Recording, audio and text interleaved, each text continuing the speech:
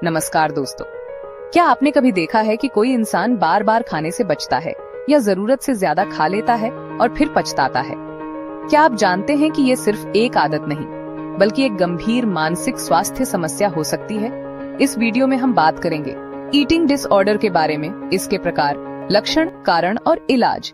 तो चलिए समझते हैं। ईटिंग डिसऑर्डर एक मानसिक बीमारी है जिसमें व्यक्ति का खाने और अपने शरीर के प्रति नजरिया असामान्य हो जाता है। यह केवल एक डाइटिंग प्रॉब्लम नहीं है बल्कि एक गंभीर मानसिक और शारीरिक खतरा है।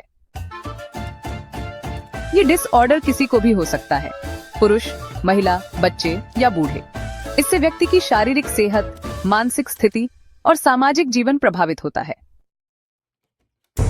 ईटिंग डिसऑर्डर के प्रकार में सबसे पहले आता है एनोरेक्सिया नर्वोसा। एनोरेक्सिया नर्वोसा एक गंभीर ईटिंग डिसऑर्डर है जिसमें व्यक्ति जानबूझकर बहुत कम खाना खाता है क्योंकि वह खुद को मोटा समझता है, भले ही उसका वजन सामान्य से भी बहुत कम हो। मुख्य विशेषताएं: व्यक्ति अपने शरीर को गलत नजरिए से देखता है, यानी वह खुद को मोटा महसूस करता है जबकि वह बहुत दुबला होता है। वजन कम करने के लिए खाना न खाने या बहुत कम खाने की आदत भी देखी जाती है और कभी कभी घंटों व्यायाम करता है। शरीर का वजन तेजी से कम होता है जिससे कमजोरी, थकान और कुपोषण हो सकता है। इसके अलावा व्यक्ति को लगातार वजन बढ़ने का डर बना रहता है। बुलिमिया नर्वोसा एक ईटिंग डिसऑर्डर है जिसमें व्यक्ति बार बार बहुत ज्यादा खाना खा लेता है, जिसे हम बिंज ईटिंग कहते हैं, और फिर उसे निकालने के लिए उल्टी करता है, दवाइयां लेता है या अत्यधिक व्यायाम करता है, यानी पर्जिंग करता है। व्यक्ति को खाने के बाद गिल्ट, शर्म और नियंत्रण खोने की भावना होती है। चलिए अब बात करते हैं बुलिमिया नर्वोसा के मुख्य लक्षणों की। इसमें सबसे पहले आता है बिंज ईटिंग, यानी बहुत कम समय में बहुत अधिक मात्रा में खाना खाना, और अक्सर ये सब छुपकर किया जाता है।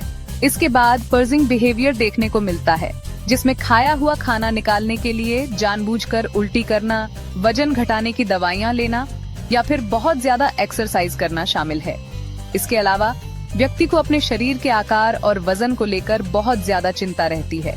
और हाँ, एक और बात यह है कि इन लोगों का वजन अक्सर सामान्य रेंज में ही रहता है, जिससे बीमारी को पहचानना कभी कभी मुश्किल हो सकता है। अब हम बात करेंगे बिंज ईटिंग डिसऑर्डर की। इसमें व्यक्ति बार बार बहुत सारा खाना खा लेता है और खाने के बाद उसे शर्म और अपराध बोध महसूस होता है, लेकिन इसमें कोई उल्टी या पर्जिंग नहीं होती।